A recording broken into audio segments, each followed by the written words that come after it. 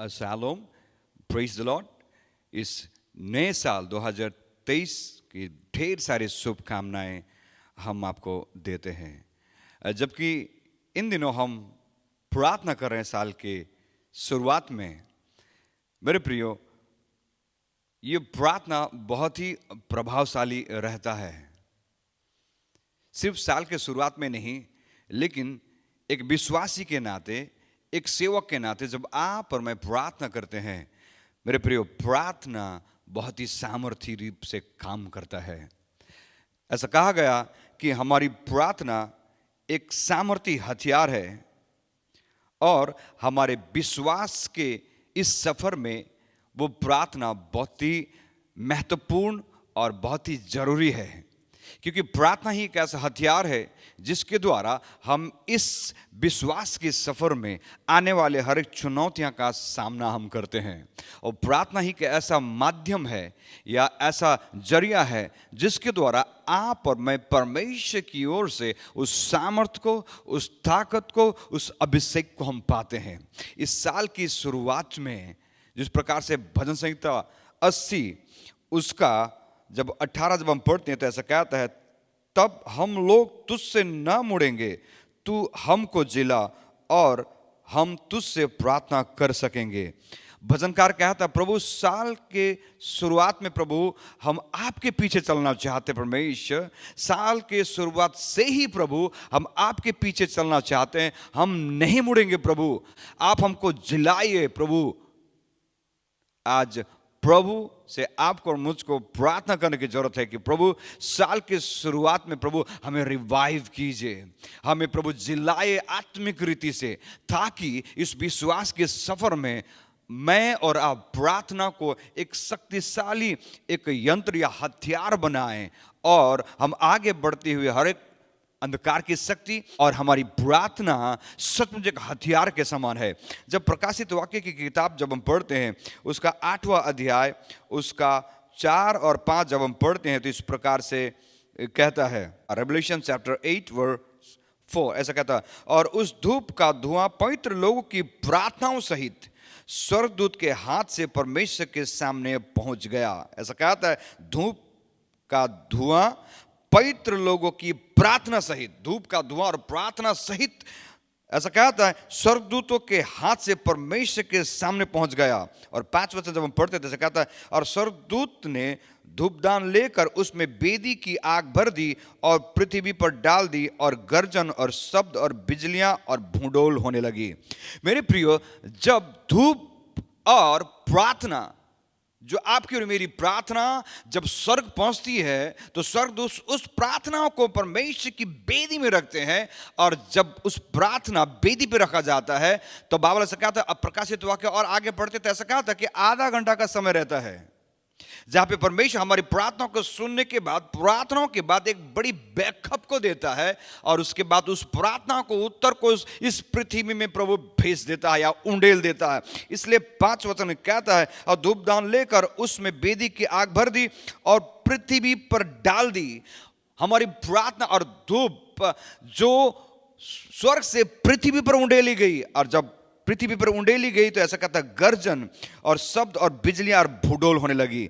मतलब हमारी प्रार्थना जब परमेश्वर के पास पहुंचती है और परमेश्वर हमारी प्रार्थनाओं को बैकअप करके उसे अपने सामर्थ्य और अभिषेक से भर के उसे फिर से वापस पृथ्वी में भेज देती है, ताकि पृथ्वी में भूडोल और गर्जन हो पाए हर एक अंधकार की शक्तियों के विरुद्ध में। मेरे प्रिय, जब आप और मैं प्रार्थना करते हैं, हमारी प्रार्थना एटम बम के समान काम करता है। जब आप और मैं प्रार्थना करते हैं, हमारी प्रार्थना मिसाइल के समान हर एक ऊंची आवाजों को, हर एक ऊंची चीजों को जो परमेश्वर के विरुद्ध और उसके वचन के विरुद्ध, उसके सेवकाई के विरुद्ध में उड़ती है, उन सारे शक्तियों को ढा देती है। मेरे प्रियो, आपकी और मेरी प्रार्थना एक हथियार के समान है, एक वेपन के समान है, जो सचमुच में बहुत ही कार्यरत रहती है। और प्रभु कहता है कि जब आप और मैं प्रार्थना करते हैं, वो प्रार्थना को उत्तर उस हथियार के समान प्रभु पृथ्वी में भेजकर हर एक अंधकार की शक्तियों के विरुद्ध, हर एक बीमारियों के विरुद्ध में, हर एक प्रकार की दुष्ट बातों के विरुद्ध में वो कार्य करती है, उनका खंडन करती है। मेरे प्रियो, आज जरूरी है कि आप और मैं हम प्रार्थना सिर्फ साल के शुरुआत में नहीं, लेकिन प्रार्थना हमारे जीवन की शैली बनने पाए, ताकि हम लगातार हम प्रार्थना करते रहें और परमेश्वर के अद्भुत कामों को हम अपने सेवकाई में, अपने जीवन में हम देखते रहने पाए। इस प्रकार से कहता है याकूब की किताब उसका 5 अध्याय 16 वचन, इसलिए तुम आपस में एक दूसरे के सामने अपने अपने पापों को मान लो और एक दूसरे के लिए प्रार्थना करो जिससे चंगे हो जाओ। और ऐसा आखिरी जो वचन ऐसा कहता है, धर्मी जन की प्रार्थना के प्रभाव से बहुत कुछ हो सकता है। आपके और मेरे प्रार्थना के प्रभाव से परमेश्वर बहुत कुछ कार्य कर सकता है। जब हम बाइबल के अंदर जब हम देखें तो ऐसा कहता है कि जब कुरनेलियुस ने प्रार्थना की और प्रार्थना के साथ साथ वो दान भी दिया करता था, परमेश्वर का भय मानता था। प्रेरित की किताब 10 अध्याय उसका 4 वचन जब हम पढ़ते तो ऐसा कहता है, उसने उसे ध्यान से देखा और डर कर कहा कि हे प्रभु क्या है। उसने उससे कहा, तेरी प्रार्थना और तेरे दान स्मरण के लिए परमेश्वर के सामने पहुंचे हैं। आपकी और मेरी प्रार्थना और जो कुछ हम प्रभु के लिए हम करते हैं वो स्वर्ग तक पहुंचती है, जो परमेश्वर तक पहुंचती है। और जब परमेश्वर तक पहुंचती है अपने स्वर्गदूतों को आपके और मेरे लिए संसार में भेज देता है। मतलब आपकी और मेरी प्रार्थना स्वर्ग को खोल देती है मेरे प्रियो, और स्वर्ग खोलने के बाद स्वर्गदूत इस पृथ्वी में आपकी और मेरी सहायता करने के लिए, उस प्रार्थना को उत्तर को देने के लिए पृथ्वी में आ जाते हैं मेरे प्रियो। कुरनेलियुस के साथ वैसा ही हुआ। कुरनेलियुस डर गया, क्या हुआ मेरे साथ, क्या हुआ प्रभु? तब कहता है कि तुम्हारी दान और तुम्हारी प्रार्थना स्वर्ग तक, परमेश्वर तक पहुंची है मेरे प्रियो।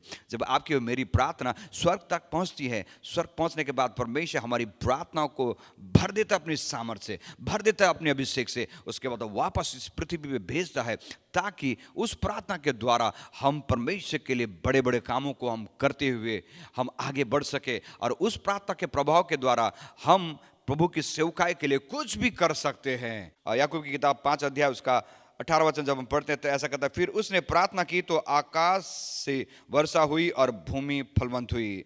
यहाँ पे एलिया के बारे में कहता कि एलिया ने प्रार्थना की और आकाश से वर्षा हुई और भूमि फलवंत हुई। मेरे प्रिय, आप और मैं जब हम प्रार्थना करते हैं तो हमारी प्रार्थना परमेश्वर के पास पहुंचती है, और परमेश्वर उस प्रार्थना के द्वारा प्रभु अद्भुत कामों को करता है। कहता है कि उस प्रार्थना के द्वारा, एलिया की प्रार्थना के द्वारा आकाश से वर्षा हुई और फलवंत हुई। मेरे प्रिय, आपकी प्रार्थना के द्वारा चीजें फलवंत हो सकती है, सेवकाई फलवंत हो सकती है, जीवन फलवंत हो सकती है, परिवार फलवंत हो सकती है।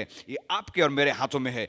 यदि आप चाहते हो कि आपकी सेवकाई फलवंत हो तो आज आपको और मुझको उस प्रार्थना की जीवन, प्रार्थना की शैली हमारे जीवन में बनाने की जरूरत है, ताकि हमारी प्रार्थना स्वर्ग तक पहुंचे और स्वर्ग से परमेश्वर उस प्रार्थना को उत्तर सामर्थ्य रूप से संसार में भेजे और संसार फलवंत होने पाए। और जब दानियल के बारे में जब हम पढ़ते, दानियल ने भी जब प्रार्थना की तो शैतान ने उसके प्रार्थना को रोक दिया था, लेकिन जब उसने लगातार प्रार्थना करते रहा तो बाइबल से कहते हैं कि परमेश्वर का दूत ने दानियल के पास आया और कहता है कि तुम्हारी प्रार्थना रोक दी गई। मेरे प्रिय, आपकी और मेरी प्रार्थना में इतनी ताकत है कि वो गढ़ों को ढा देने वाली है।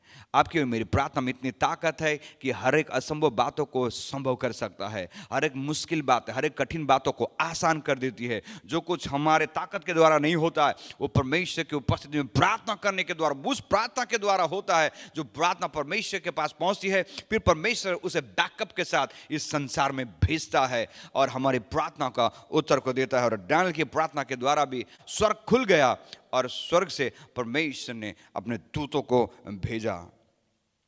दानियल की किताब 10वां अध्याय उसका 13 वचन जब हम पढ़ते थे, ऐसा कहता है, फारस के राजा का प्रधान 21 दिन तक मेरा सामना किए रहा, परंतु मिकाएल जो मुख्य प्रधानों में से है वह मेरी सहायता के लिए आया, इसलिए मैं फारस के राजाओं के पास रहा। ऐसा कहते 21 दिन तक उसकी प्रार्थना रोक दी गई, क्योंकि शैतान जानता है मेरे प्रिय, जब आप और मैं प्रार्थना करते हैं, वो प्रार्थना जब परमेश्वर के पास पहुंचता है तो प्रार्थना को परमेश्वर अपने सामर्थ्य से भर देता है और वो एक मिसाइल के समान काम करता है। इसलिए शैतान नहीं चाहता कि हमारी प्रार्थना प्रभु तक पहुंचे, इसलिए रोकना चाहता है मेरे प्रियो। तो इसलिए आइए हम प्रभु से प्रार्थना करें कि हमारी प्रार्थना स्वर्ग तक पहुंचे, स्वर्ग खुल जाए। और जब परमेश्वर स्वर्ग खोल देता है हमारी प्रार्थनाओं की ताकत के द्वारा, तो परमेश्वर असंभव कामों को ऊपर स्वर्ग से नीचे प्रभु करने लगता है। एलिया ने जब प्रार्थना की तो परमेश्वर का वचन ऐसा कहता है, एलिया की प्रार्थना के द्वारा परमेश्वर ने स्वर्ग से आग बरसाई असंभव काम संभव हो जाते हैं प्रार्थना के द्वारा।